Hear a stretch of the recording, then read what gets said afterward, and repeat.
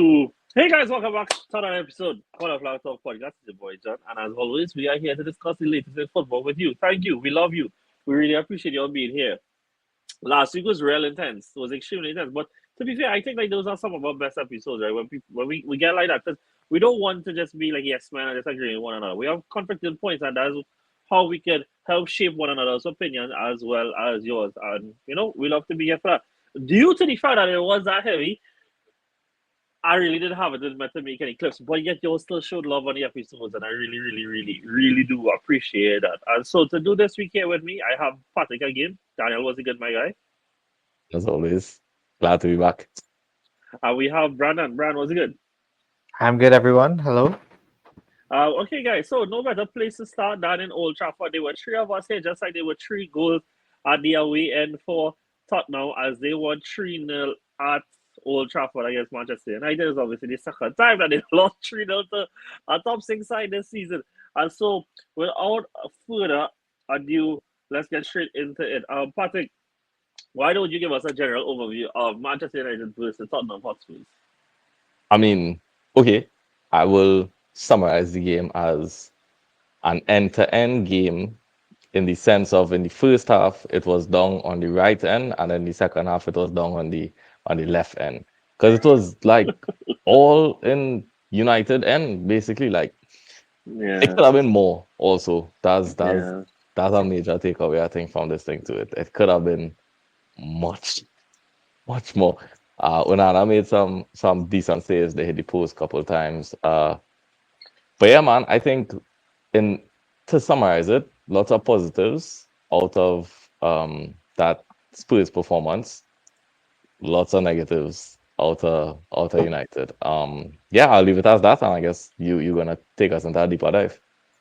First things first, just so that we can get out of the way. Does anybody here think that it was like a surefire? Um, I do think it was harsh, and I am Bruno's biggest lover, as you all would know. But like, I still think it was harsh. I mean, I do see the argument for him. I mean, he slipped. I think it was unfortunate. I think it was really unfortunate. Anybody disagrees with it, thinks it was a red. It was not a red. Anything like that. I also agree with you. I don't think it was a red card either. I think it was real harsh. He most obviously Yeah. slipped. I just don't understand how VAR didn't catch it. Or okay, let me not say how VAR didn't catch it. I don't know what the thought process was. No, well, Having some clarification on that decision would be amazing. You no, well, know, because he so clearly slipped. Yeah, good. let me throw this all in. You all don't find this season VAR just has not been intervening. Like I Um, have felt that generally that in the Premier League that VAR has not been like correcting or having them review situations like that often. I I have found that. heard I heard a couple of commentators say earlier on in the season that how this season The tolerance level VAR, higher. yes, so they're trying to stick more with the on-field decision, and only if it was like extremely left, like extremely in the other Yeah. direction, then VAR has to overturn it. So there is more of a onus on the ref now to make a on-field decision as opposed to previous seasons where the ref could kind of do whatever and then go and Yeah. check and see if he was okay. Now there's there's more responsibility on the ref, as there should be, because then why do we even have a ref? You know? Mm. Salik, yeah, I think that's it. I think it was a red. I think it wasn't a red. I don't think it was a red. However, I think once the ref gave the red, it was very hard to overturn it. I don't think VAR would have Yeah. had any reason to overturn it.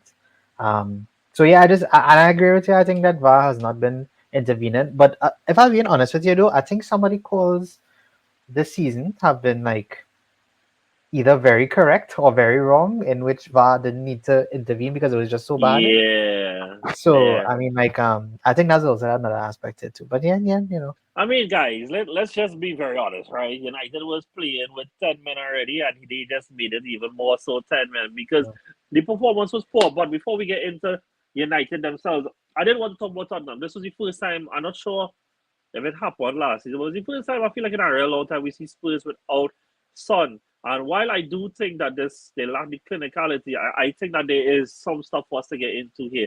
Son is obviously getting older. They just made a big money investment in Solanke. He is a goal scorer. He's the kind of goal scorer that I think does not necessarily play well with somebody like Son. So what do we think about Spurs? A Sonless Spurs with a goal scoring Solanke in it. What we think? Salik, why don't you start us off, bro? I thought it was I think it was simply, well, for me. I didn't really see it as much as a uh, I didn't really see it in that manner. But what I can say is that in terms of how Spurs have played overall this season, I think this was probably their best performance. Yeah, And in if it was Son in this position, I really think they would have scored a lot more. So yeah, yeah, I just think I just instead for me I didn't look at it as something like how they would be without Son. It was more yeah. as like I can't wait for Son to get back because this is what they were lacking. So Mm-hmm. yeah, I didn't. That's all I really see. I think their tactics and his tactics worked perfectly in this Yeah, game, and you could see why he's been such a successful manager, and you could see why he was doing so well at the start of last season. Yeah, and that's really it for me tactically. I don't think it was anything other than that. Patrick, anything? Um, yeah, for the most part, I do agree with Brandon. Maybe I might be reaching here, but I do feel like, and I mean, it makes sense because Son is, a world class player. If someone wanted to say that, I do feel like when Spurs obviously plays with Son, that they do try to force it down that side a bit, Mm-hmm. um, which again is not necessarily a bad thing because it's Son. But today they just look so fluid, and I don't know if it honestly, I don't know if there's a correlation there. I don't know if it's like, Mm-hmm. okay, they were fluid because they weren't forcing it down one side, or they just happened to really click today and Son would have taken them over the edge. It hard for me to say which one it is. But I kind of more leaning towards Brandon's side though, in that.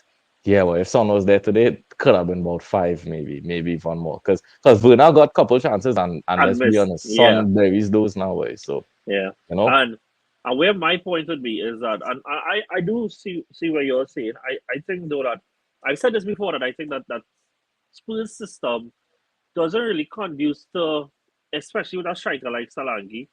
So it requires the winger to be more of a winger, and I think Winger did that in terms of following instructions well today, and it's just obviously the lack of execution that comes up with him very often because the exact same positions he got in, Son would have obviously scored, a good bit would have gotten a lot worse, but I do think that going forward, if Ange is to keep being here for the next few years, they should probably look for a winger who is probably, I guess, a hybrid between the two. Somebody who obviously has surety in end product, but is also a lot more comfortable holding with coming in a lot later rather than continuing so much sooner and stuff like that. Because we saw the benefit that he went. I thought that Spurs did really well to stretch out United's backline. I thought Mazraoui has been one of United's best players this season amongst a very rocky start. And I thought this was his worst game. And I that think they part of mashed this, him up, boy. yeah, I think they did really well against the fullbacks actually. And yeah, so switching over to more. Actually, before that, this is now 3 goals in 3 games for Solanke. Let me go with you now, Pats. Is this good? You had him in your top 10 signings. Are you feeling like this is more on the kind of form, not just the goals, but the form from him that you expect to see? No, this is good stuff, man. I think there's more to come. Every time our Spurs play, Solanke gets close to being on the end of a lot of chances. It's like Right. so close to maybe like cross comes across, he barely misses it, or someone was just a little bit Brennan Johnson for the most part, just a little selfish in a moment where maybe he could have cut it back Yeah, instead. boy. I think once it clicks and they actually start finding him, he could potentially score a lot of goals because he's getting into the right spaces.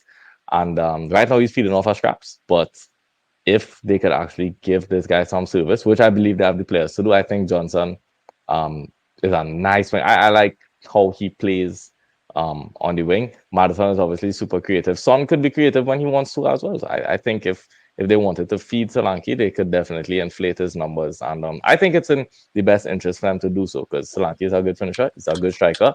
He gets into great positions. And yeah, he's accustomed to scoring goals in this league. So yeah, man, I think it's only up from here.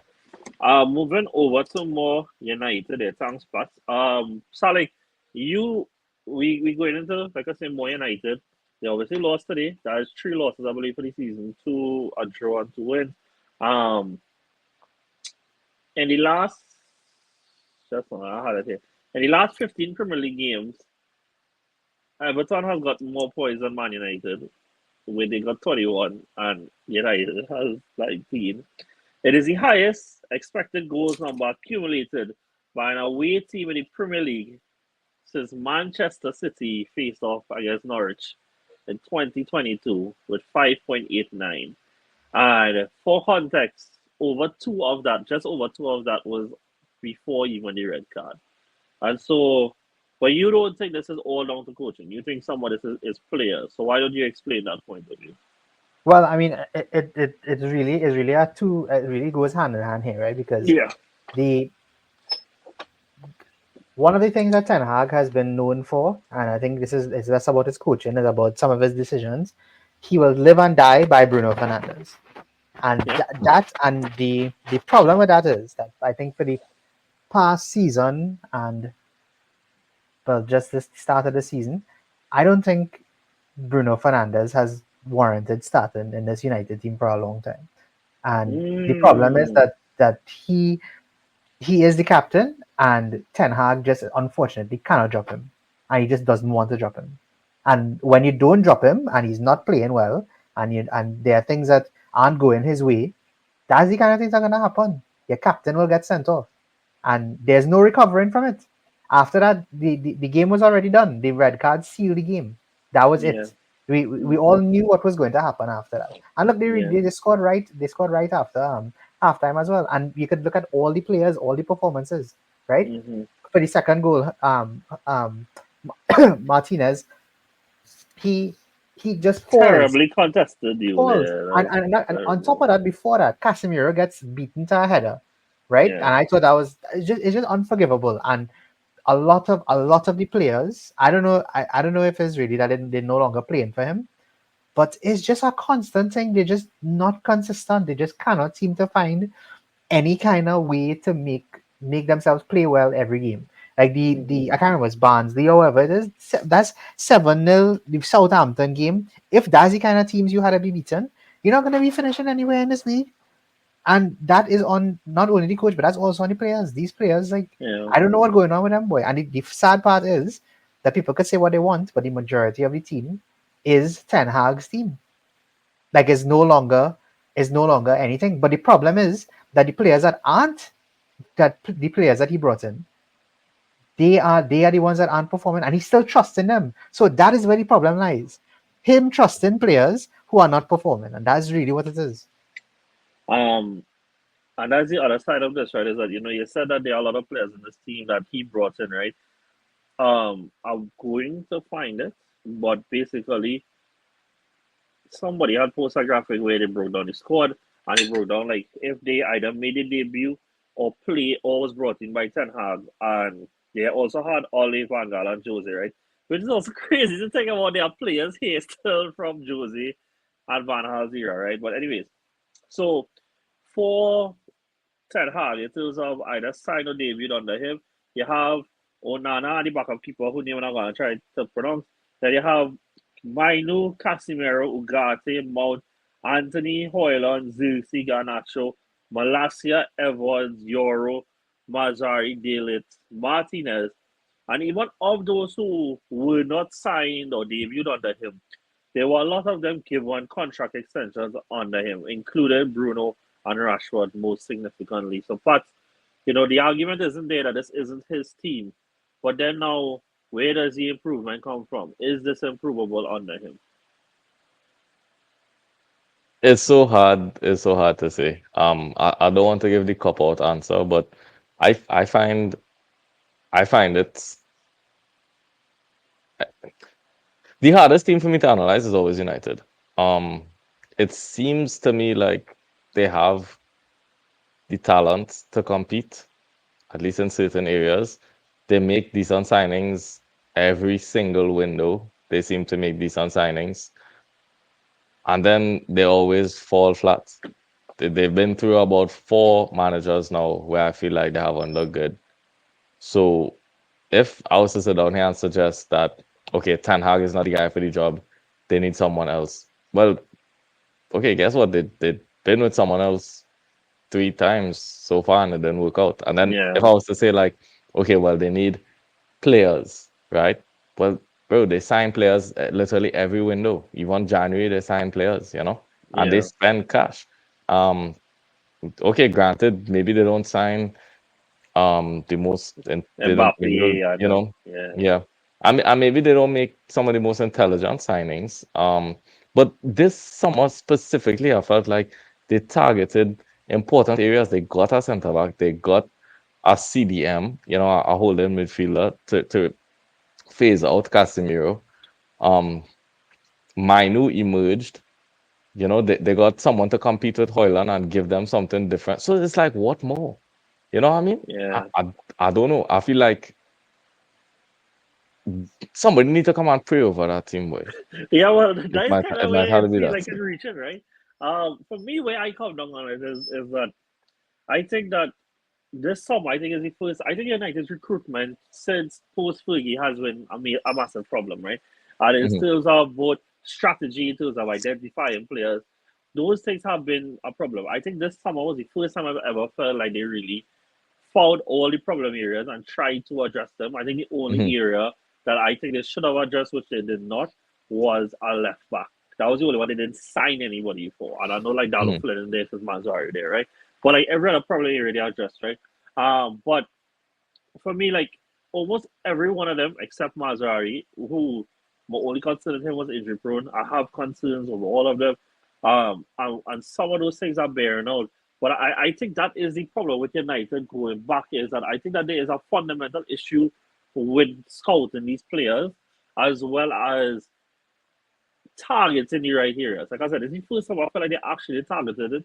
But like in previous summers under Jose or Lil Van Hal, I feel like they always come on the way they feel like there was some glaring. How much years we hear them say they need to sign a DM, they need to sign a DM. How much years we hear them say they needed to sign a right wing and they sign a right winger.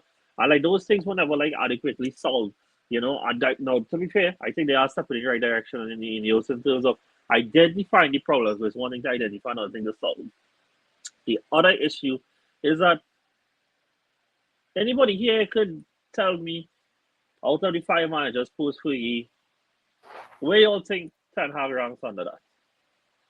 You know, in terms of performance or like pedigree. I think it has to be overall at this point, right? In terms of progression, in terms of performance, in terms of club development, where y'all have him Uh, might Loki be number one? as the best. He Post Fergie, he Yeah. might, because the So club isn't between in shambles right now. Because Jose left them poor. You right, know, we remember how Ole left them. That was like Ole almost left like in a disgrace. uh, I'm not even gonna talk about Moyes. He might be gunning for last place. yeah, Who are leaving? Who are leaving out? and Moyes, Van Hal, Jose, Van Hal Van Hal. Van Hal, and Rangnick. Yeah, I figure Rangnick. Juan That Rak. that Nah, that one nah. don't make sense. Well, for Nah, me, Ragnick was our fever dream dog. He might low key be number one in Ten Hag. For where the so squad is at right now, well, my they thinking have is that talent. yeah, but here's my thing, right? Ten Hag and is so evident has been back way more than every other manager, you know, because like he's literally gotten almost every forward player he asked for and adjacent players to get to come and play for him, right? On top of Mm, all that, only only what's his name? Boy, only Mourinho, not Mourinho, Moyes and Ole is the only ones who didn't win trophies, you know. Um, Jose won three trophies, Van Hal also won the FA Cup. So it's not like he's the only one who did win trophies, but I think that he was the most backed out of all.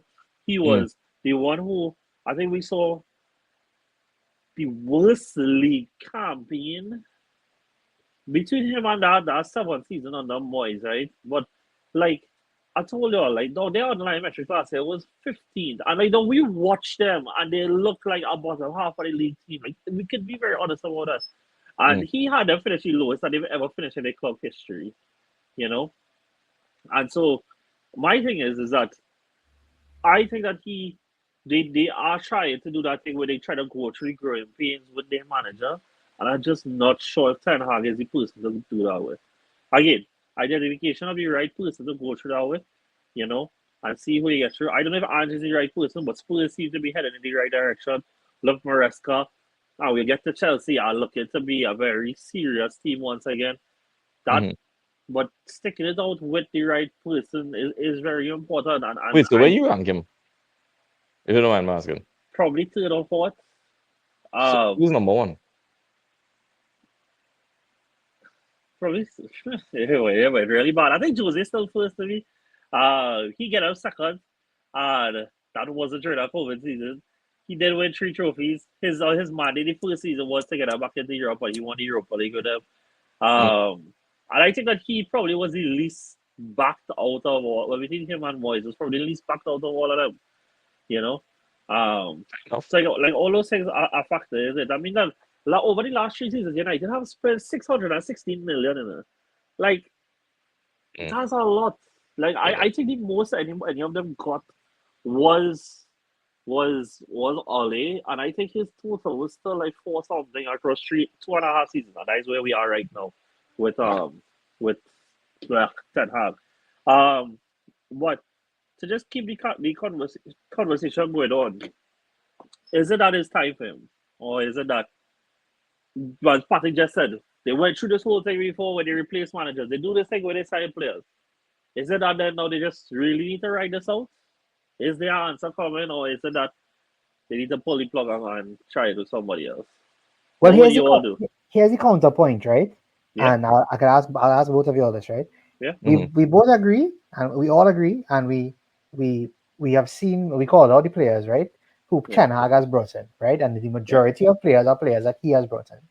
yeah, So with that same point, would it not make sense to keep him yeah, rather than bringing in yeah. somebody who the majority of the squad is not players that he's going to want regardless? So Well, Yeah. if Yeah. if I could I agree with counter you. your point with your question with a question, as you said, are they even playing for him? And I mean, if we talk about men who actually played for him, we question if they played for him. Like, are we? No, that's such a bad place to be. And like be real, right? So Bruno obviously got a red card. Um, we all already said it's harsh, right? He's gonna miss playing away at Aston Villa next week. I believe even after the international break, I don't think the fixtures get that much easier for them. I believe they have to play Brentford, who have been in good form. Just give me one sec while I pull up United fixtures. Yeah, so they play Brentford and then go away to West Ham. Obviously, West Ham right now is 3 points for everybody. But that is two big games with a European tie in between. They're going away to Porto. Like, could this stomach finish in eighth again this season?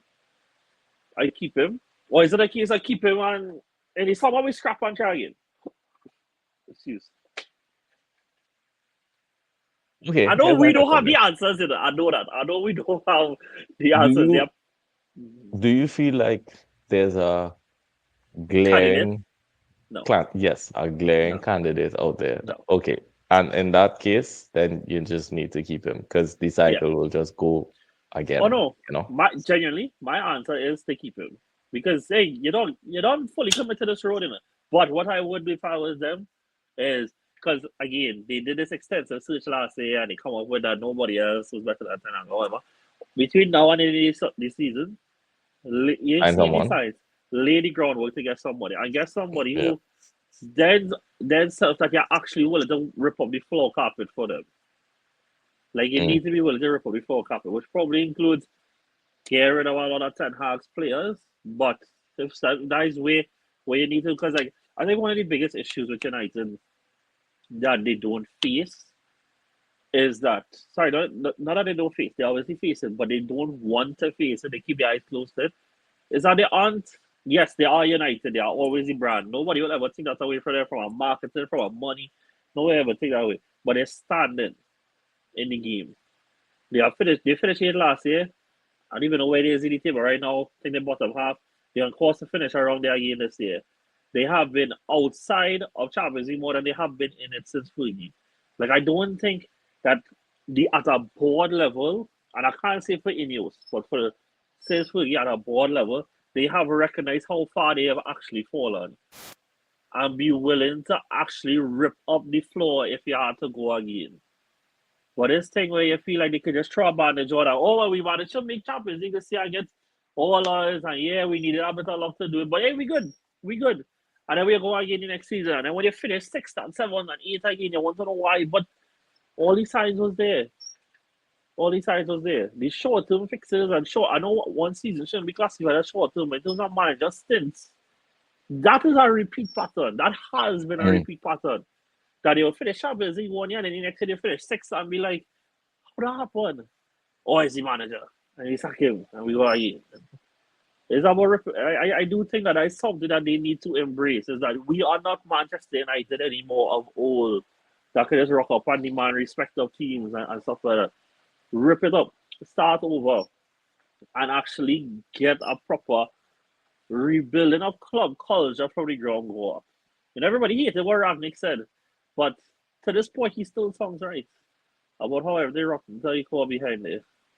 Well, right now, at least the current meta with managers seems like if you were a disciple of Pep Guardiola, then you're on for some success because we've seen Yeah. it with Arsenal, seen it with Chelsea.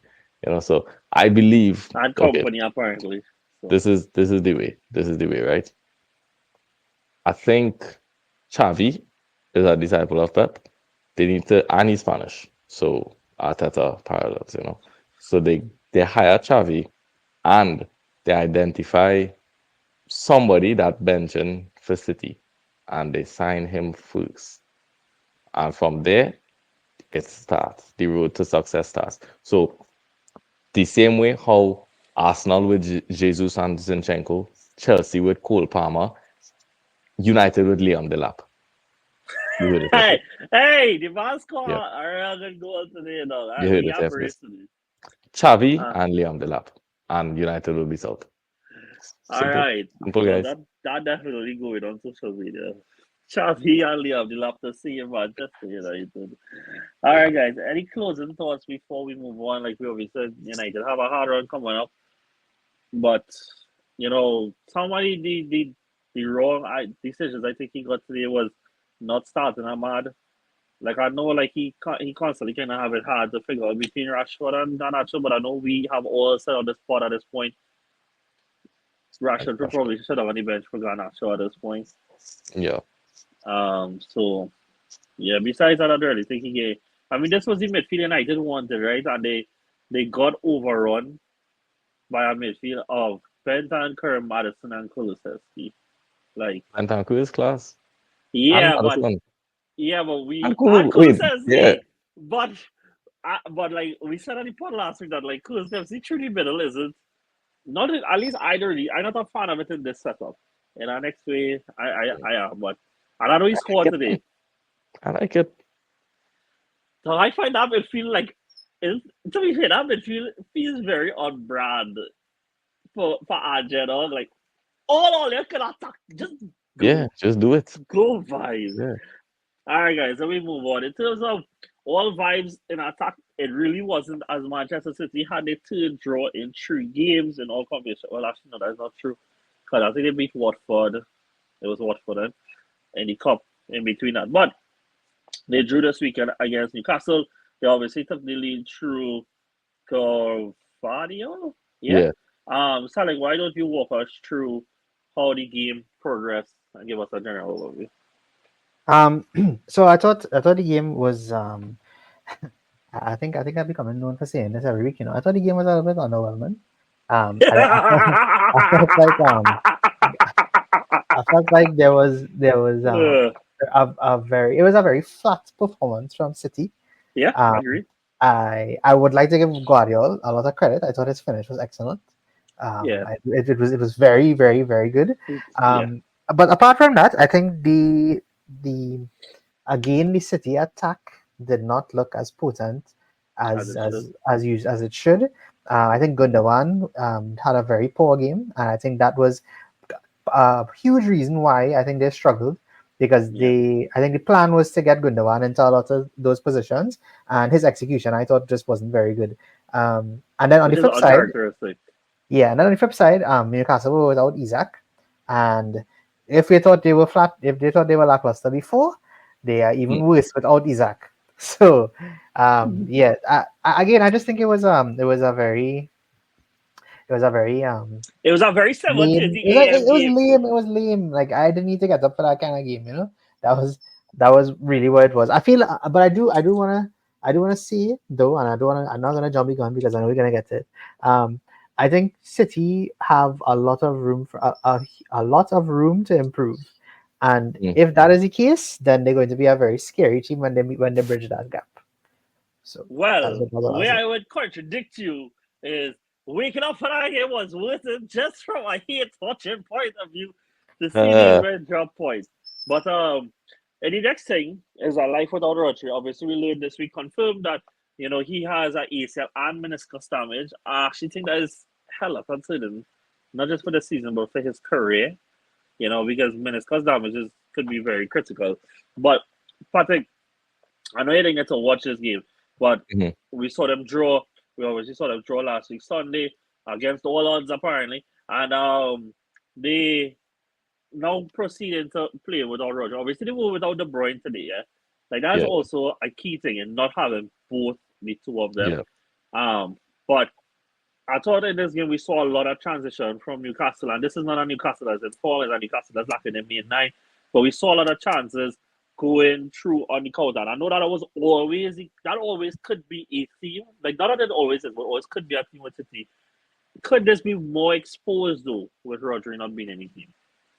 I mean, well, the short answer is yes. It definitely could. How they mitigate that is probably trying to keep the ball more, so we could Yeah, potentially see very boring games from City this season. Because if I mean, we know Pep's philosophy. We've seen it before. If the the less capable I am of defending is the less I'm going to defend, and it's that simple. yeah. I'll just keep the ball more. But sometimes, when City keeps the ball too much, they get into that kind of side to side to side to side, find the Horseshoe winger, football. bring it Yeah, along, find the other winger, type of stuff. I I think that in hindsight, I probably should have expected City to struggle at St James because a lot of teams struggle at St James. First of all, seems like it doesn't even matter these days who Newcastle has. Once they're playing at home, just know it could be bogey. That's the thing yeah. about it. And then we're looking at like no Rodri, no KDB. Foden is not integrated well as yet. So yeah, I guess in hindsight, I should have probably seen this coming. I'm not Captain Haaland, but yeah, man, just some sourness for me there. I think Yeah, go ahead. I was gonna say I do think that what you said there bears out true any lineup, right? Because I mean, Pep, when he wants to go for full control, these are the types of players he picks, right? He started Grealish, he started Bernardo Silva, Kovacic, Mhm. and Gundogan started in the midfield as well. So like, he started a very control oriented team, and this is maybe where he's going. But Salik, you just hinted that you feel like there's levels to go. Obviously, we saw City first time Haaland did not score in a game this season. Is it that Newcastle showed a template, or this was just like they real run their luck with him one day? Oh yeah, I definitely think it's latter. First of all, I wanna say big up Jamie Vardy's record that will continue to be intact as Haaland failed to Yeah, score in boy. this game to make it six in a row. Just proves to tell you Yeah, how boy. insane 11 really is in a row. Yeah, Um yes, so getting back to your question. Um, I think the personnel, they have the personnel, and it's just that the personnel at the moment they're not playing very well. Like I truly believe I don't think Bernardo Silva has had a good start to the season. I think yeah, he's been very not a bad. Bad is not the word. I think he's been very disappointing for a player that many people, including myself, have very high expectations for and hold in such a high regard. I think not mm-hmm. having De Bruyne also again underlines his importance to the team. And then Mm-hmm. Haaland, Of I just course. feel like Haaland, the other part I think is going to be really important to this, and Daniel kind of said it just now, is that if they play more possession football, what they will need to do is they need to move away from the low block if Rodri is not playing. So they need to play teams a little bit further away, but not further away, but I guess you know what I mean. Pull teams a little further away from their Hmm. box, and allow Haaland to get in behind, because I think what they did against Newcastle is Newcastle defended very deep, and what they should have done is they should have pulled them out a little bit more. I think whenever that is the case, I think Haaland's going to really struggle, and Oh yeah. the whole point is for him to do it. And I think there's a lot of levels for them to go up once they find the perfect midfield mix, and if the players play well on the day, because again, Gundogan did not play well today, that day on that day, and I think that was a huge reason why they were so bad. But still do think that they have a lot of levels to go up, and Um, they could really do great things this season. Mm. yeah. But again, I think they say that. No, I agree. Still think Arsenal are going to win the league, but I completely agree that they could do some damage this season, man. Well, obviously, we can't predict how like a team's fortunes goes throughout the year, right? And literally, what City drew during this period in terms of results, while they adapt to finding life without Rodri this season, is going to be a very big factor in the outcome. I think it would be missed on us if we don't mention the fact that they did get a pen. I do think it is a pen. But literally like a minute after they actually get a pen that was like a more legit pen call than the one that they actually received. And they didn't receive that one, which is something else. But I think like one of the things that I would like to see Pep try to do is in games like this, I get why he wants to go to total control because I think that Roger adds is the tactical forward, is standing in the right spaces, is denying teams the obvious lanes. And that's something that yes he will try to coach it other players, but he won't have it. The same understanding that he does, right? Yeah. And so like I do get the total control aspect of it. However, I do think that that does help teams be like, okay, this is what we're going to do. We're going to crowd the box, play around the box then, and we'll take our chances Mm. like that. And I think that he has to trust one of Doku or Savio who would be willing to go at players a bit more just to disrupt the blocks a little more and cause a little confusion in the box, or else they'll just sit there. And I know it's easier said than done, and sitting in a low block for a whole game is not easy, but I think that is something I would like to see him try. Um, More on Newcastle. Well, this has been a great start to the season for them. Right. Obviously, a point against City is never a bad thing for them, but it has been a good start. It still feels very lackluster. And Salik, sorry, I'm going back to you again.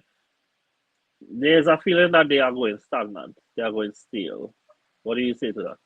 Yeah, and I don't know where the staleness is. I remember they said this last week, John, and I should have mentioned it last week, but I'll mention it now. We were talking last week about the fact that they sold other players to keep up with financial rules or whatever. And if I started to think back on it, right? Like they sold Minte and they sold Elliot Anderson, right? I think they sold them Yeah. both for a combined like 38 something, or like, sorry, 78 million or something, Yeah, right? Or like 78. Yeah, 80 yeah, or yeah. yeah, right? Or something like that. But if they sold Isaac and they kept Minte and Elliot Anderson and they You'd bought have like been, a let's say a reasonable striker, right? I feel like they might have been in a better position. Now that doesn't yeah. just only go for Isaac. I think if they sold Bruno G or they sold somebody else, Mm-hmm. they could have probably sold Pope. Or You never know Botman somebody like even. that. Botman, I don't somebody you never know. Yeah. But there's Hmm. something not going in the right direction, In terms of and the I don't. approach. And Yeah. I'm also again going to say this. I know I've said this like last season as well. I think Eddie Howe is also a candidate for that stagnant. The reason for the stagnance, the stagnant, be them being stagnant. But I feel like that. I don't know how you all think about it too. But for me, I can't put my finger on it. But or what is causing it? But that is what I see. I just see a club that not moving or going anywhere. Yeah. And I think that we are seeing a stillness and approach, right? I mean, you all can tell me who they signed this window. No. And they sign Hall permanently. Kelly. And Kelly. And they signed the goalkeeper who injured. Yeah. Like, it feel like a Yeah. window just went by without them doing anything. I mean, they spent half the summer going after Guehi and bidding up to 70 million for him. Later, get rejected, and your answer was to sign nobody still. Like, Yeah. so you telling me that it was 70 million, he was willing to commit, and instead of trying to get a right winger, try to get at least another center, or try to probably get a bit more Yeah. creativity in the midfield Or or even yeah, something. some type of bro. And these days you could go shopping in Italy for like 15 mil and come out with something of high quality. Yeah, Look at yeah, Fenerbahce. Fenerbahce got Osimhen. Pow. yeah. you know. No, at the point, Um, dog, I think Osimhen would have go Newcastle at that point. So, I mean, who knows? yeah, I mean, he might have So, go, he might have go AC Port of Spain if he even push him. So you never know.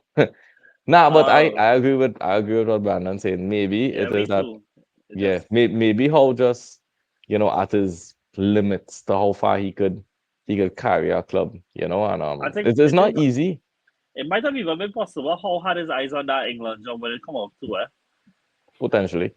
and that he could be looking away. And I do feel like this feels like it's almost a season. I don't want to say doomed because that's the wrong term, but I almost feel like this is a season of they're going to just go through the motions and have no choice but to reset next summer when Bruno and Isak, particularly two of them. Don't forget me like Yeah. Tonali, I think too, but Hmm. Bruno and Isak specifically not okay with not being in the Champions League. Correct. And they will Correct. have no choice but to sell, reset. And maybe then we might see the project restart. But I feel like where it was where they brought in anyhow and they what the excitement was up until the start of last season, it almost has all eroded away at this point, it feels like. Yeah, but I feel I somewhat blame this summer, you know? Yeah, yeah, Like yeah, I do. they should have done better in the summer. But you know what else I kind of blame though? How hasn't changed his tactics one bit, dog. Like Mm-hmm. not in the slightest. I get that it was working, but you as a manager have to continuously tweak and change and And update. evolve, yeah. You know what I mean? Yes, and evolve. That's the best word, John. Thank you. Thank you for being a thesaurus. You have to evolve, and I feel like he hasn't, you know what I mean? And I mean, there was the So funny thing, right? How we got to know Ten Hag, how is that he was an attack minded coach. Like this yeah, approach here, we only saw it at Newcastle. Like when we saw it on 100%. boardwalk, this wasn't 100%. the person that we knew. And it feels like almost chalk and cheese, right? And I mean, here why I say it too, boy. I don't doubt that they probably expected to still be some form of European football this season, right? That even if things went bad. But Mhm. like, how bad is your spending that in order to get back in the right in PSR, this is the kind of summer you had to settle for? I Good know, question. mind you, the conversation we are having here, right? We are talking about them possibly going and finish outside the top six again. Because, like, let's be real, even if they have European football, but it's not Champions League, it would not be enough to keep players like Bruno and Isak, right? I think we could Yeah, all kind of agree on that. yeah, yeah. Maybe Beyond even that, Gordon too. right? Yes, Gordon. I even forgot about him. Somebody who probably has his eyes on being an England starter, you know. Exactly. And we talking about how detrimental one season could be in terms of them. Last year, yeah, it had the hype and it was in UCL. And to be fair, coming out to the end of the window, they could have still end up, by the end of the season already, they could have still end up in Europe, right? But we're looking at that season almost damned while it's going on. Mm. Unless for some reason he don't reinvent the wheel, but he gets back some momentum, gets back a way of play consistently for them to actually compete for top four again. That you're almost looking at Ten Hag probably even said that again, yes, Eddie Howe going and leave and all these star players gonna leave and they go in and end up being like the last 4 years was for nothing. And then they hit reset on the project. This is the last thing I want to say because maybe we are talking too much about Newcastle. But a big surprise for me this season though was and again, okay, yes, I understand it's a big joke, whatever. I like this player. Whatever. I don't know why he dropped Trippier. So Especially apparently the whole summer he was being courted to leave to go right, I Saudi. remember that. I remember Yeah, that. But the window has since closed a yeah, month ago, right? yeah, And I honestly feel like they've lost a lot of their attacking variability yep, without Trippier. Because his yeah. his passing and It's top. his It's great. Yeah, choices that the choices that he made, you know, I felt that unlocked a lot for them going forward. yeah, And it's also no secret that Newcastle were heavily right side dependent, because Trippier yeah, was on that side. And that did yeah. a lot for Gordon because when they switched, Gordon was just 1v1, shift, kill. Bang. Yeah. Now he don't really get to do that anymore. And I don't understand why 3, maybe 4 games since the transfer window has closed, Trippier hasn't started any of them yet. He didn't start I don't get weekend. it. I don't think so. Let me see. I actually think he did, but I'm going to confirm for No, you I because think I he do did. Remember, remember. Yeah, I think this is the only Well, I game think he that was started. his first start. Yeah, I think that was his well, first start. in all fairness, remember, I didn't watch that game, so I don't know. Yeah. I know. Okay, he I did just want to start. Yeah, confirm with you. he did start. He did. Yeah, but I that was seen his it. first Yeah. start. That was his first start for the season, I, right? And I think you're very right. like I just want Yeah. to add something to what Daniel says, and we could probably move on after that because, like you say, we're talking about Mhm. Newcastle a lot. But the This section is sponsored in part by. Newcastle Brown Ale. So the the yeah, so I don't know if you remember this, like the best part of when Newcastle looked like they were going to be a threatened team. They had this triangle on the right hand side between Trippier, Bruno G, and Mhm. Almiron. Like Mhm. I don't see that anymore. Like I don't know where that has gone. I don't know why they have Yeah. moved away from that type of model. Like it could work on either side of the pitch. Like we just don't see it anymore. I don't know if it's because Trippier isn't there anymore or Eddie Howe has moved away from it. So Or that I Almiron just fall off a cliff, right? But here's my thing, right? If you went into this summer knowing that you had no plans of using Almiron again, why didn't you try to sell him? You know, like, don't if you generate 10, 15 million for him and then the next 10, 15 for Murphy, you have no European football. You could go into the season with one of your front three positions just be now one guy, and you probably make shift out of him outside of that, right? But you have no European football. You would have still have Barnes and Gordon and Isak and Wilson. If they had actually sell to what they're right wingers, they could have probably signed somebody, mhm. Yeah. you know? And like, I keep saying this because I keep thinking it's such a damn good fit that I don't know why it didn't happen. But like, no, imagine if it was Isak Gordon and Buemo, dog. You know, like, dog, no, that is Vibes. such a good, no, that is such a good front tree. Yeah. But yeah, That was. yeah, all right, we going on this for too long, and on the note of Wow. four, Cole Palmer 1-4. Oh no, wait, that was Chelsea. My bad. Chelsea 1-4-2 this weekend to Brighton. However, there are reports saying that we're still waiting for Brighton defense to show up because apparently they only made it to the halfway line and never anywhere beyond that. You like that one, Sally? That was good, eh? That was good, eh? But in That all was really seriousness, good. That was it really was good. a wonderful performance by not just Cole Palmer, which obviously will take the headlines for the right reasons, but by Chelsea on a whole. And as we enter the more quick hit point of the weekend, I do want to hear you. I'm sorry, I don't want to hear you, but I will allow you to give Palmer and the attack its flowers. Then after that, I would like to ask a little bit more serious questions. So go ahead now, Sally. Hmm. Well, first of all, I would like to say that ever since last season, I've told you all this, and I hope that I hope that the past few games since then, or the last second half of last season and the season has proved it to you. This guy is the best English player in the league. He is incredible. He is unbelievable. There are some things that you watch him do, and you're like, wow. And then you listen to him talk at the end of the game, and he's just like, he doesn't care. I'm pretty sure Palmer does not train hard. I'm 100% sure that he doesn't train hard. I'm pretty sure he's just like many of those other players that we have seen over the years. I am telling you, all this guy is he is talent and he is execution. He is everything you could want. This guy scored a penalty, he scored a free kick, he scored a near post finish, and he scored a tap. He's basically scored a tap in. And this guy is Yeah, a midfielder.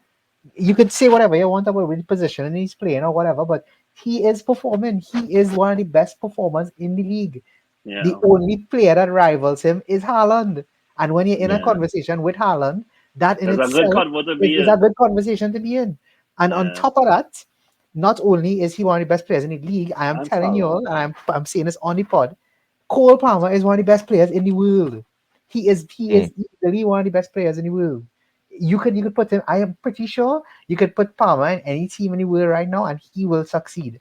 Which brings me to a greater point of, can we say that City, because we do this all the time. We do it all the time. We do it with Chelsea, especially.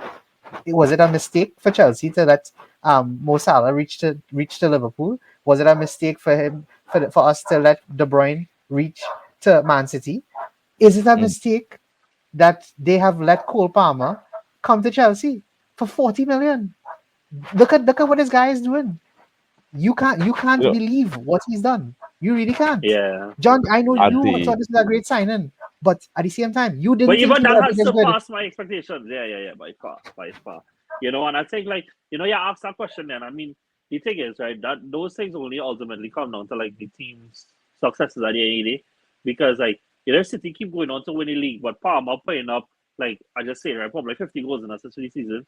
Like City won't care, you know, but it's about where Chelsea goes from here, which carries us into the next point: is that is Chelsea finally becoming as a serious team. And Pat, like we start with you now. This is obviously like a few games in a row now where they're not just winning, but they are scoring a little bit of goals. And I think we finally see that attacking potential. That yes, I know they signed João Felix and they signed Sancho, who has 3 assists in 3 games, and they signed Mm. Neto. But we saw almost all this attacking talent this last season on the pitch. But now I think we finally seen it come to the fore a bit. So are we in a position where we can say Chelsea are finally being a serious outfit? Yes, is the short answer. I feel like Palmer is making them serious. He's dragging them over the line right now because Jah help all them, and if he wasn't on that team, bro. But the fact is that he is there, and I mean everything that Brandon said, I agree. Just a little bit less, but I agree. Maybe not to that extent, but I 100% agree. I mean, it's not too early to say that Yeah. he's a world-class player, and will probably maintain this type of energy for the rest of his career. You know, he is super talented. I genuinely love his outlook on the game. Yeah. In that he seems to not care about what anyone But says or how the I game want is to. going. Or I don't mean to uh pause here, but I'll pause here because I want not just about Palmer, because again we know how sorry, yeah, phenomenal he true. is, right? But But Chelsea as that a whole, that reflects Chelsea, to be fair, right now. Anyway, right? Chelsea as a whole looking good. Me very surprised that Nkunku hasn't been playing, but I don't want to make it too player specific at the moment. Probably doesn't even deserve to be playing like that. What? Yeah, man. So, okay. Anyway, That's okay. yeah, boy. Um, yeah. Um, Surprised by Nkunku not being able to. I'm not saying by him not being included there. He can't make the team right now, so that is why I'm surprised. You know. Also surprised that actually I probably shouldn't be, because I was gonna say I was surprised that Sancho gelled so quick, but I guess United is just cancer, because anywhere Sancho goes seems to be, he's a baller except for Uh, in United. And um maybe I should be a little bit more tactical now. But now, man, I think Chelsea right now is vibes. So yeah, let that reflect my reflection. I'm not going to yeah. talk about the tactics. I think Chelsea are doing some incredible stuff right now. I love the fluidity going forward. Maybe the defense could be better. Maybe they could try to control games more. Who cares? They have a guy that can score 4 goals in 40 minutes or whatever it's Uh, called. And it could yeah. have been more, because I think he hit the post. They called him off for offside and another one. Plus, he should have. Let me read. Could, The man should have could had have been like three six. assists. He should have had like 3 assists. Yeah, that But too. So I already heard the whole thing of don't complain about the striker when you win 4-2. So I'm exactly. not doing that. I am not doing that. Yeah, yeah. I did want to Salik, if you had anything to add to that, you could add. I mean, obviously, you're excited. I completely give you right, bro. So after the last few years of where it felt like you were stagnating, you're finally feeling like you're on the right trajectory. And it feels sustainable. I think that's the most important thing. It does. This team feels a lot more sustainable. You're gaining trust in them, And so with that, I'm gonna just call out for you the next few fixtures in the league. I'm being real. I'm not gonna bother to call out what is your conference league fixtures, because again, I generally couldn't be bothered right now. Also, probably can't pronounce half the teams, but you're going away to one of the best. Sorry, you're hosting one of the best defenses next week in Nottingham Forest, who got their first loss this weekend, by the way, to the mighty Fulham, who's a real surprise to you this season. When not after you go away to Liverpool, then after is when you get your hard run, right? You go away to Liverpool, you host Newcastle, you go away to Man United, and then you host Arsenal. Then you go to Leicester, but then you host Villa. So that is a decent run there. You feel like you're waiting for that run to really see what this team made of, or are you already confident that they can't get it done in a run like that? As opposed to last year when we had the 8 game run and you felt like you wasn't even sure they was gonna get 12 points. Yeah, no, I'm on the total opposite end of the spectrum now. Like I have seen what we can do. I have seen the individual potentials of the players, and I really think that we can do a lot of good this season. I really do. I didn't think. I think many people thought that Palmer was going to drop off. I think people were like, "Oh well, when he has a regular season next season, everybody will have to adjust their perspective." But he's continued to be insane. And not only that, I think that the rest of the team is performing at a very high level. I think Caicedo, again, I know I talked about him last week. Again, he had an excellent game. I think Enzo played very well in the game. I think Colwell, which I'll get to later on when we talk about them, but I think Colwell again is proven to be very good. Cucurella had an insane game as well. Like we're talking about the majority of the team performing at high levels, and that Mm. is all you could really ask for. Like I don't need Palmer to be at 100% all the time. If the rest of the team is 90 and he's 90, we can live with that. But when the rest of the team levels drop, that's when we will be concerned. But as of right now, and what I'm seeing, because we've done this for the past few games, we are building momentum, and I'm super excited about it. I can't wait. Like bring it on. I'm not even worried about it. Correct me if I'm wrong, dog, but with a player like that, it's almost like if you just need everyone else to kind of do the job and you need Maresca to kind of make our okay system because he by himself is a game winner. That because you all have Palmer, you all could walk into the Etihad, and I don't think I'll overreach in here. You all could walk into the Etihad and genuinely expect to draw, win, whatever, because you have a game winner now. That's something that a lot of teams in this league actually, don't have. So I feel like just having him alone makes Maresca's job so much easier because he almost just needs to be average and hope that Palmer gets you all over the line sometimes. And that might sound like a stupid thing to say, but I genuinely don't. You have this player, use him. You know what I mean? Yeah. Cool. Moving on now. Next up, we have Hold on, whoa. John. Hold on, John. Oh, I have the all right. You have your quiz, right? Okay. Yes. right. So I glad we only have two of you because this might make it a little easier. So um, Cole Palmer joined a very exclusive list this weekend. He's one of few players to have multiple 4+ goal games in the Premier League. So Palmer scored his 4 goals against Everton and scored against Brighton in 2024 while playing for Chelsea. So I go into in that same In the format same year. in the same That's year, crazy. right? According to this, he's also the only player to have done. Put it Actually, he's out. not the only player to have done that. There's another player who has done that, but we'll get to that, right? Yeah.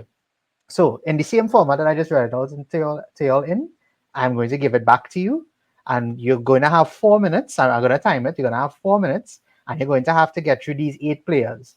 So, they're going to give you the clues, and you're going to have to guess, right? There are Right. 3 clues per player, and when one person guesses and doesn't get it, you go to the next person, and we keep going, Okay. right? If I Wait, don't get it, sorry, yeah, is this for this is for guys who scored 4 goals or yeah, 4 or more goals in a game multiple times in okay. the Premier League, Okay, cool. In the right? Prem. In the Okay, Prem, cool. correct, right? Right. So Daniel, I'll start with you, right? So we started in Let's three, go. 2, 1, go. All right. So Honest. Daniel, this is the only player to be on the list for doing this for scoring 4 or more goals in a Premier League game 3 times. Three That's your times? first clue. Yeah. Good lord. And I have to guess after the first clue, right? Yeah, you have to guess. Yeah. Damn it. Kane. No. All right, John. So the second clue is he scored those goals against Newcastle United, Spurs, and Leicester. And I was gonna say somebody, yeah, but because it didn't say a specific team, I can't say that. That you say Kane, and because he said last time, I was saying Kane too. Yeah. Aguero. Hey, that's correct. Well done. Right. So number 2. Oh. So Daniel, this person scored his goals against Middlesbrough in 2004 and Swansea in 2011. Ah. Ah. Ash haven't?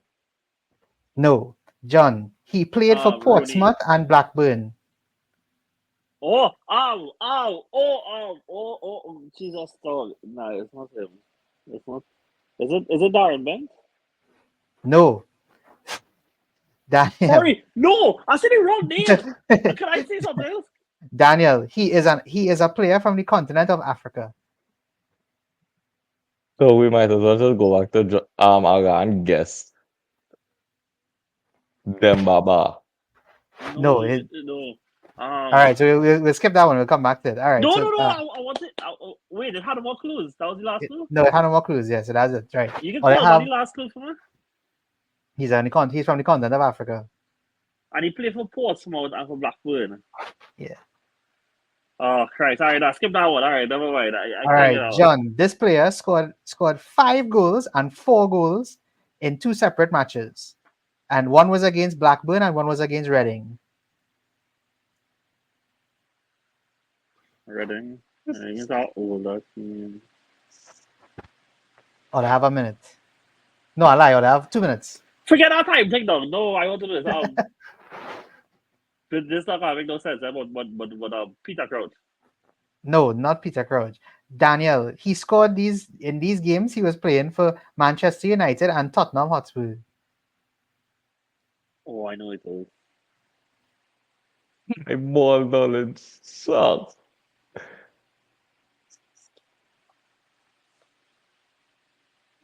Who even play for United and Spurs? He have a skill more name after him, man. A skill move. Berbatov. Yes, Berbatov. Well done. Berbatov play for Spurs. And that's happened. Yeah.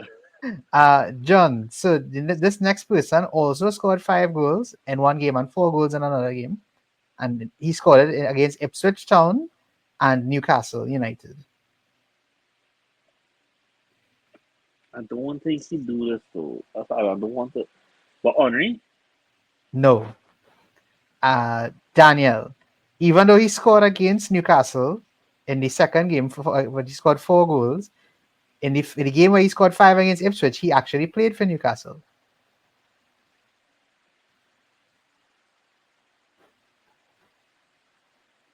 For Newcastle? Yeah, but back to John, dog. I suck, dog. I actually suck. Alan Shearer? No, but I'll give you a clue anyway. He scored the goal, but he scored the goals against Newcastle in 1999 while playing for Manchester United. And he played for Michael Owen. No wait, no, sorry. Michael Owen didn't play for them. Cole. Yes, Andy Cole. Yeah, Cole. All right, Yeah. Daniel. This person scored 4 goals in 2 games, one against Middlesbrough and one against Bolton, and he played for Liverpool. Luis Suarez. No. John, he scored the goals against Middlesbrough in 1995 and against Bolton in 1996. So I was close to Suarez. Robbie Fowler. Yes, Robbie Fowler. Well done. Right. Daniel, this player is the only other player, along with Palmer, to do this feat in the same year. He did it again by scoring against Forest and Everton for Manchester United in 1999. Ah, Ruud van Nistelrooy. No, Please. John. This player became a future manager of Manchester United. Ollie. Yes, Ole Gunnar Solskjaer. Ollie Right. scored Go on and do 4 goals that. again. Right. How Next you go player. on and do that? Next player. This player scored 4 goals against Nottingham Forest and West Brom while playing for Liverpool. Is this Now I'm me or going is with this Suarez. Please be okay? Suarez. It's not Suarez. It's not Suarez. John, when he scored, the year he scored the 4 goals against West Brom, he won the Ballon d'Or. Michael Owen. Michael Owen. Daniel, this player scored 4 goals against Derby and Aston Villa while playing for Chelsea FC. That's it. Didier Drogba. No, John, this player scored the goals against Derby in 2008 and broke the club scoring record while scoring for Villa in 2010. Scored 4 Villa. No, scoring 4 against Villa. He played for Chelsea. And yeah, but no, I feel like really to play to bring the record there, but Lampard. It is Lampard. It felt I don't know. I feel like he broke the record later in his like career, but okay. Is that all? Yeah, that's all. Yeah, Sorry, that's is it all. in 2 games? Nah, he didn't. Damn, no, but he have a game with 4 goals He against did Spurs? have a game with four. Kane also has a game with four. Alan Shearer has a game with five, and not Ooh. multiple. So all the players that are listed out there are players that Yeah. had multiple 4+ games, and that's Uh, kind of a Hey, crazy list hear because this, right? that's I would real like to players. say thank you. I always really want to organize the quiz. To be on this side of it was very fun. Also, you one find thing I would out like to fun. say, you get shafted a little bit because he said You Liverpool find are out bad, fun. not to me. I was like, wait, no, well, that kind of make it easy because that, Well, that be at like, that point, I was like, let me try and get you it as quickly as possible. No, that was fine because okay. I was already losing 6-0. So what's 7-0? What's one more? All right, guys, quick hits. It's not like, well, like I said, it's gotta be quick, right? But you wanted to bring our midfield stat for Liverpool as they beat Oh yeah, yeah. um Yeah, I would like was to. 2 goals to Yeah, one. simple. It's very simple. It's very simple. For the entire season, Liverpool have three players who are in both in the top 15 for touches and passes completed. Can you all tell me the three players? Gavin Wait, and say that one more Soboslai. time. Okay, good. No, What? Graven is one, so Soboslai is not the other one. What was the question? What was the question? There are two. There are three players who play for Liverpool who are in the Mm-hmm. top 15 for both passes completed and Mm-hmm. total touches in the Premier League this season. Can you name the three of them? John got one of them. Gravenberg is one of them. Alexis. Nah, No. Um, Trent. nah. Van Dijk. Dawanek is another one. Oh, it's Um, three. It's Oh, three. Robertson. No, nah. I say nah, like if I know for sure. Salah. no, Can be. Allison. no, Yeah. Diaz. no, Shota. no. Wait, just for this season? For this Yeah, season, yeah. Konate. yeah, Kanate. Yeah. So those are the three: Kanate, Van Dyke, and Gravenberg. Right. So what basically the start was to tell you all that the That play is triangle. being started by Yeah. that triangle right there: Mm, Kanate, Van Dyke, and Gravenberg. And that's just to show Yeah. you that the point of body midfield is that Gravenberg has become the best of the lot this season for them. The stats will show you that. The stats will show you how important he is to them playing Mm-hmm. and starting the play. And I don't know if it is the right move. That's the question. Because Mm-hmm. is he the player to start to be to your one starting the play and collecting the ball and moving the ball forward? Is that the question? But so it takes nothing away from the game. It's just a question, and I want to know if you'll have anything to say about it. well, given that just now, just give me one moment. 'Cause I need to pick up the very specific picture that you answered in the group so that I can reference exactly all the iconic players that apparently he's half and half with. Um, momentarily, I will be with you very shortly. Just now. Right, so he is apparently half Vieira, he's half Hullet, he is half Pogba, and he's half Steven Gerrard. So you put all those things together, well, who else better to start? Yeah, but I mean, to be fair, like on the club, it basically used to be that Virgil used to start a lot of these, right? And now it just feel like he move a line higher. And I mean, if he keep playing like this, then hey, I I can't see no wrong with it. There's a lot upon him in a new role, but yeah, I don't see why not. Why not have Gravenberch be a key part of the build up? To me, I think he has something that maybe nobody else in the team has, which is probably their best ball carrier. They haven't had an elite ball carrier since Matip, so maybe Gravenberch could help them unlock something there. Because we know how they used to use Matip. Just and the thing about Matip is what he did was so overpowered. It's like if Van Dijk is not going to pass it, then Matip is a guy that you can give the ball to and just expect him to gain 20 yards on you, and that's not easy to do. I think Gravenberch can do that as well. If we're talking about him as like a number six and we maybe have defensive concerns, yeah, maybe, but he's built so well for the role too. Like he's huge. He's also he has Virgil and karate behind him, and he's a big Yeah. guy himself too. Mm. Like that's still a lot of security. So like again, you're like 20 seconds to say why the table lies when it comes to Wolves. Oh yeah, bro, the table lies 100% because they have their performances do not translate to the amount of points that they have. And I feel like some people are very worried about where Wolves are, but I think that at some point they are going to improve greatly. And I don't think they're going to be in such a position anymore because their performances do not translate to the amount of points that they have. That's really all it is. Yeah, cool. Moving on. Arsenal versus Leicester. Now this was real funny, and it turns out, and I can laugh about it now because we win the game, right? But like, this is such a case of something. Like, football is just football along, because like we was with it 2-0, and Martinelli got a goal and an assist, and I think like you saw like all the weight come off of him, and I really do think like he's been having a lot stronger performances recently. I just needed to get I want to go for him. And the thing is, like 2 minutes before that, he missed a real easy 1-2, and I was like, "Dawg, not today." But he got the hard on. And then obviously Mr. scored despite playing terribly. Scored to make it 2-0, right? And then they got own goal, which was just like, all right, let's see. And then Justin scored this amazing goal with the outside of Oh, his foot, right?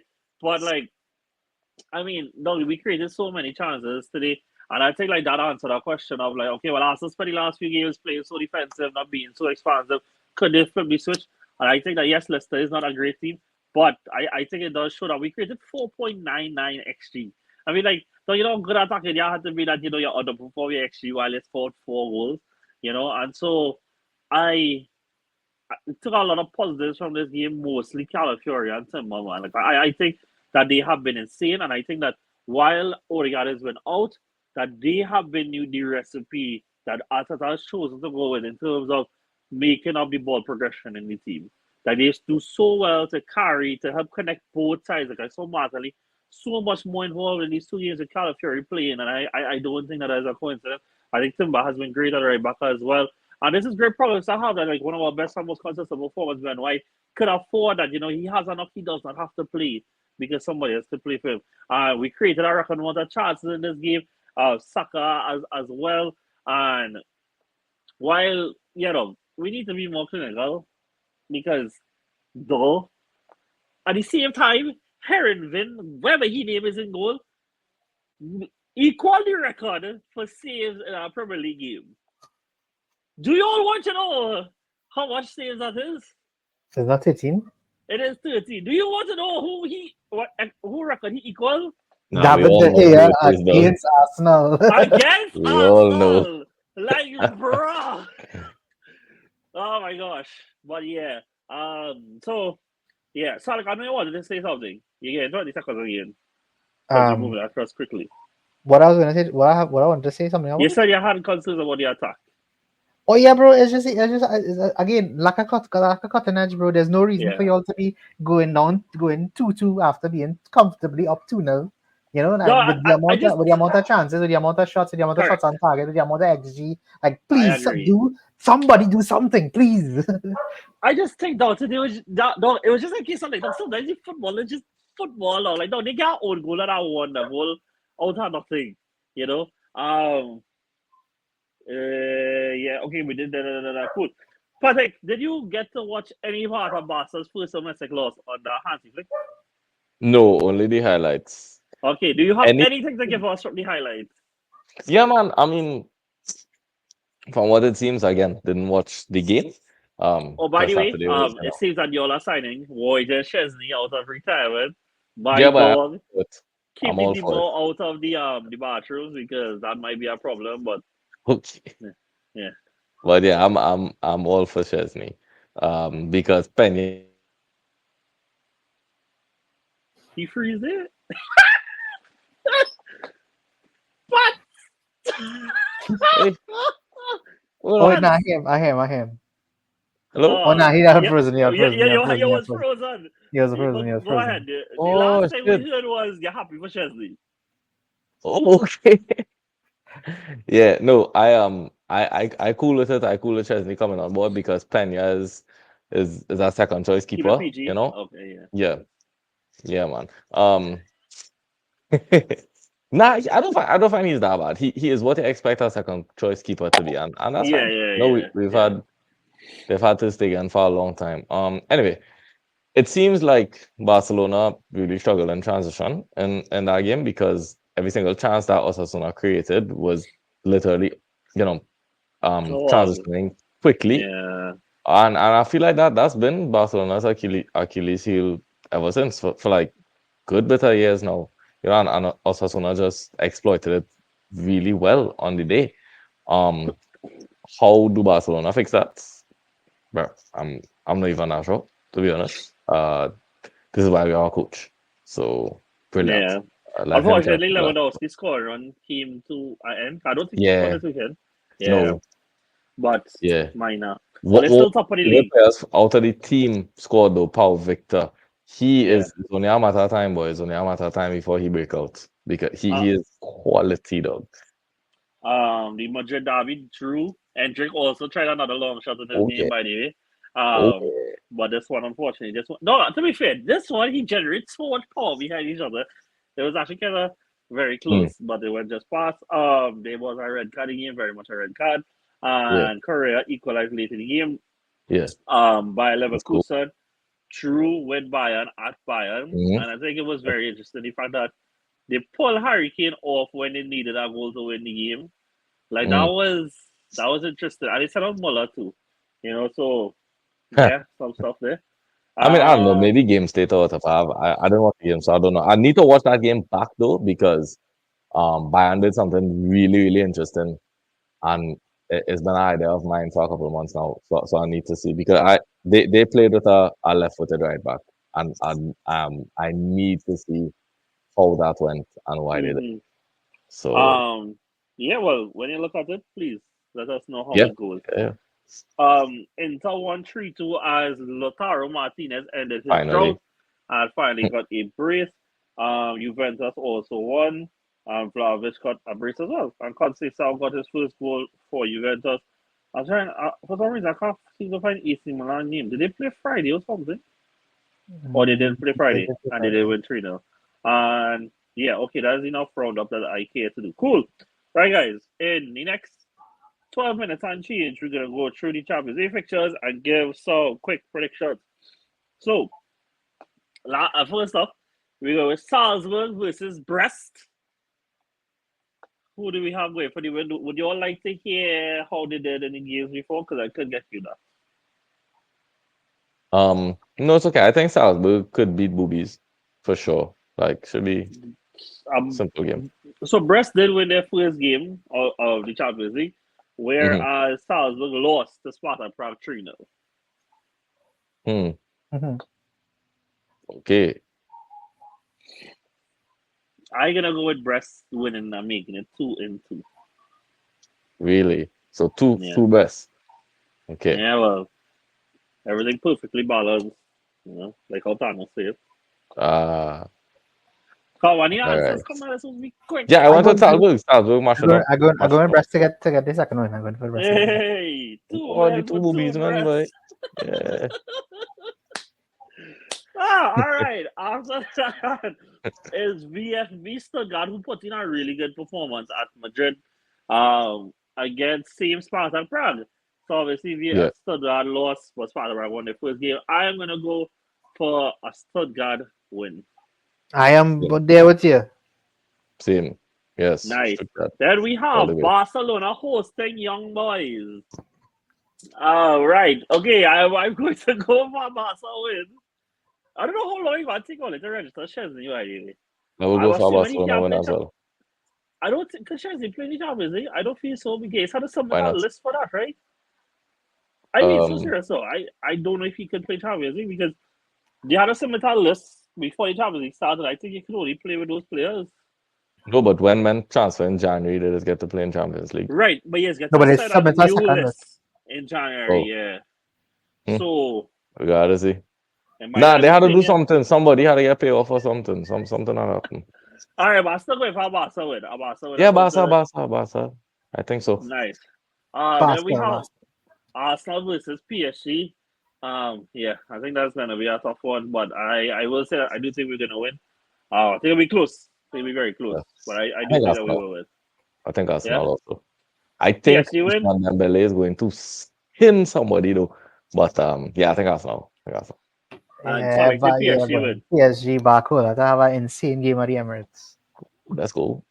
Then we have Leverkusen hosting AC Milan, and what feels like a very vintage Champions League tie for some reason. But No I Leverkusen for that one. I'm gonna go Leverkusen as well. I still think that even though I know AC fan hitting some form, I think the game against Enough. Liverpool, and I think Leverkusen are close to that level of Liverpool, if not probably better. Liverpool. I don't see, yeah, to Liverpool. So Damn. the AC Okay. played Liverpool last week, no, you know, Yeah. and No, but you saying away, that Leverkusen better than Liverpool? I think they're very close in level. I Okay. mean, we talk about a team that just went undefeated whole season, guys. Fair enough. Fair enough. I'd like to see But that I know again. that I know they have not been at their best this season so far. But I think that they open the Champions League very strong, and I expect that to continue. And yes, I think that they will win at home against AC Milan. Salek, you the same thing? No, I have a 3-3 draw. 3-3 draw. Hey, What? we It's not like close out there, those. boy. Then we have Dortmund hosting Celtic, and I would say Dortmund to win. Yeah, given Dortmund that one too. Yeah, Dortmund. Then we have Inter versus Red Star Belgrade, and I think by a sole one goal, Inter will win. No, wait, I changed my mind. Celtic. Sorry. Celtic, I eh? went Celtic. Yeah. You know what's the funny thing though? I can so see that every Celtic home tie, I would say Celtic are winning it. Just because Mm, it's at home to Celtic. But yeah, yeah. Inter hosting Red Star Belgrade, I am going to say Inter will win 1-0. Yeah. Inter. 1-0? Damn. 1-0. Okay, Inter. Nah, I'll go with Inter as well. Yeah. Then we have PSV hosting Sporting, and I'm going to go for a draw. Going Oh, really? Sporting. I'll go Sporting. Nah, I'll go with Sporting. Yeah. Fair enough.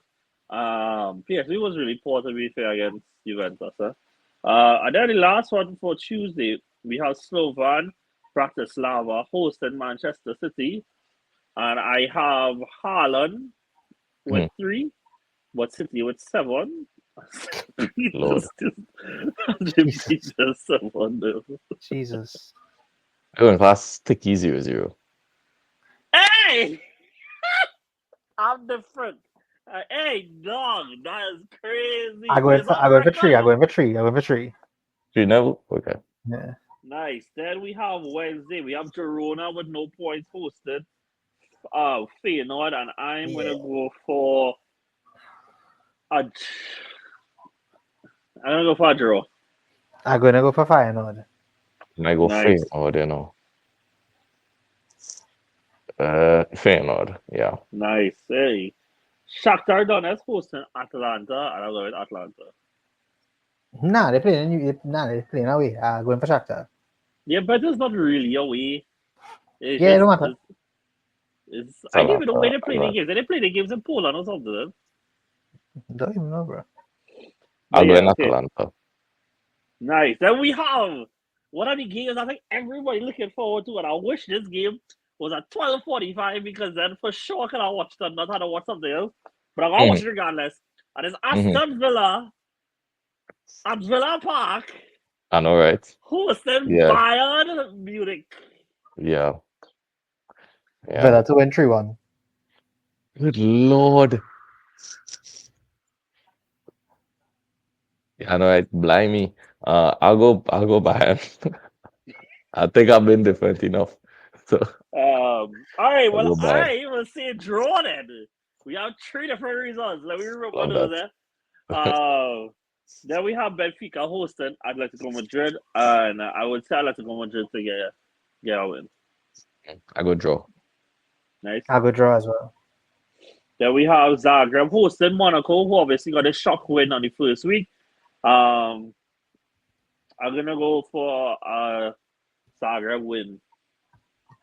I have the Zagreb same thing. hosting. Zagreb win. Yes, Zagreb.